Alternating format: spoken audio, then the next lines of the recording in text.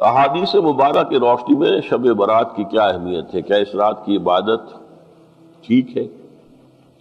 شب برات کا روزہ رکھا جاتا ہے، اس کی صحیح حیثیت کیا ہے؟ شب کا روزہ تو کبھی ہوتا ہی نہیں، یہ آپ نے شب برات کا روزہ کیسے لکھ دیا؟ شب رات کو کہتے ہیں نا۔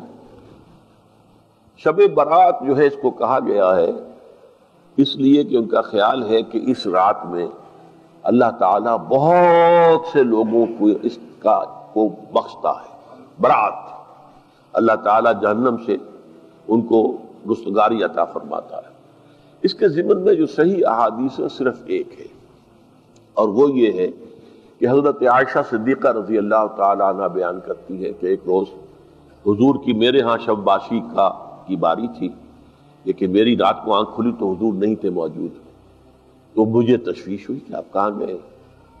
تو میں ڈھونڈتی ہوئی وہ یا کسی اور کو آپ نے بھیجا، بہرحال مجھے پوری تفصیل یاد نہیں ہے، تو معلوم ہوا کہ آپ جنت البقیع میں گئے ہوئے ہیں اور وہاں پر استغفار کر رہے ہیں اللہ سے، اور تمام جو بھی وہاں پر مردے دفن ہیں ان کے لیے مغفرت کی دعا کر رہے ہیں۔ بس یہ ثابت ہے۔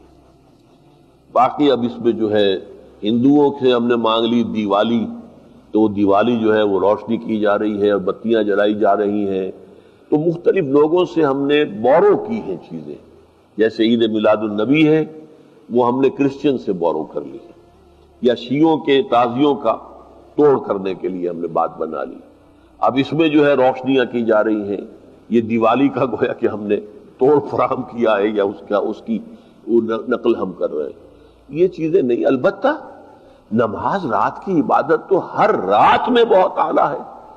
چلیے اگر اور دنوں میں نہیں ہوتا، اس رات کو آپ کو، کیونکہ حضور نے بھی استغفار کیا خاص طور پر جا کر جنت البقیع میں، تو اگر آپ بھی کریں، نماز پڑھیں اور استغفار کریں تو کیا ہے، بہت اچھی بات ہے، اس میں تو کوئی حرج کی بات ہے ہی نہیں۔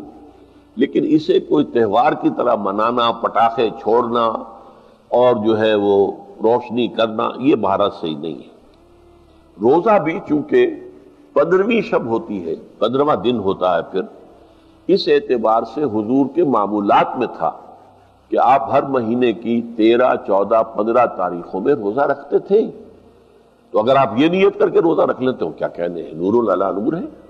اور روزہ کسی وقت بھی نفلی روزہ رکھا جائے اللہ تعالیٰ قبول فرمائے گا۔